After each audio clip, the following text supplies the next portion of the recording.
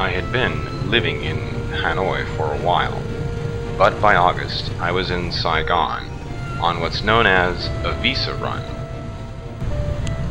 So if you come to Vietnam to live and you are working with a good company, they'll help you renew your visa for you, or they can get you a long-term visa. But if you're like me and you're not really well established, you have to go and renew your visa every 3 months so far. You can only get a certain number of 3-month renewals, and then you have to leave the country and re-enter. So until that changes, I will be leaving the country every several months to renew my visa, and that's what I'm doing today. I'm leaving for Phnom Penh. I will be taking the bus to Phnom Penh in about 20 minutes. And 30 minutes later, I was on the bus, careening my way from the city of Saigon to the lovely, fertile rice fields of the Mekong Delta.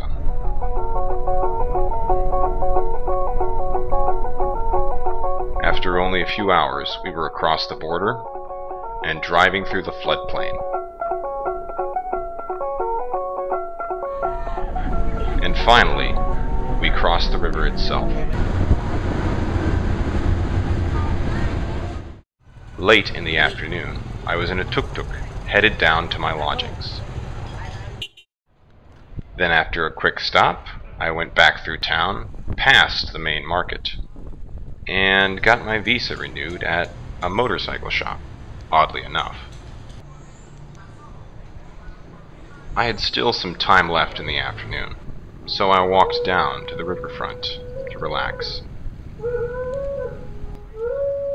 And as I walked further along, I noticed a lot of amazing architecture, some of it classical Khmer in style, and some of it more of the European colonial style. I also discovered an interesting custom here in Phnom Penh. Now apparently they catch these birds and then you release them so you can feel good about yourself. But then they just go catch them all over again, so it's kind of a racket. There's a large cluster of buildings that I found was in fact the palace. So the next day I bought a ticket and entered the palace to look around. It had many things that palaces in Southeast Asia have. Wall paintings, some palace treasures, impressive architecture. After a few hours of looking around, I came to a few conclusions. Well, it's a bit of a warm day, and it's a pretty interesting palace, but it's a lot like other palaces I've seen, like the one in Bangkok or in Java, the Karaatan at Yogyakarta. A lot of nice buildings, most of which you can't get into, and so you just kind of hang out in the open, barren courtyards and sweat. Anyways, I don't know if it was worth the $6, but if you're going to come to Phnom Penh, this is of course one of the places you have to visit, so give it a shot. After this, however, a friend of mine from university connected me with her sister and a couple of her other friends. And they took me around to some places in the city that were a bit off the usual tourist track. Classical Roman architecture in Phnom Penh. Slightly incongruous, but interesting nonetheless, eh? Well, not quite what I was expecting.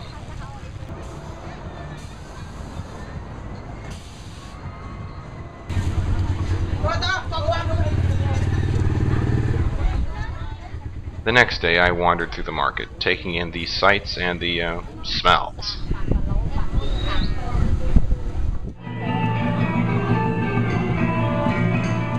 Then I stumbled into a temple where they were performing some sort of special ceremony.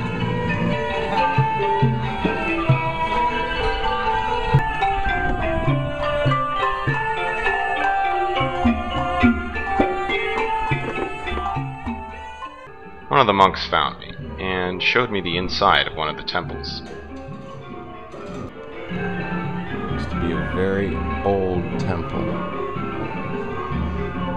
It's kind of like the temples I used to see in Indonesia. You see the tool marks on the stone. However, the children didn't seem too impressed, and had better things to do.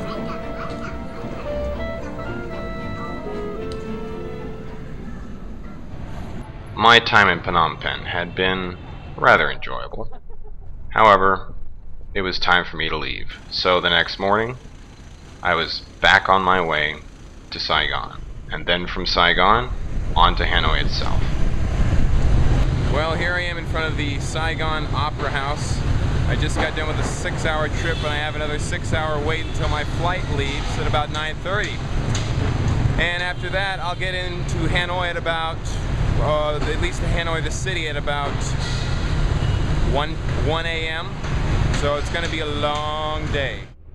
I arrived in Hanoi early in the morning, and note to self, next time, work for a company that can help you get your visa done. Could save you a lot of time and expense. Lesson learned.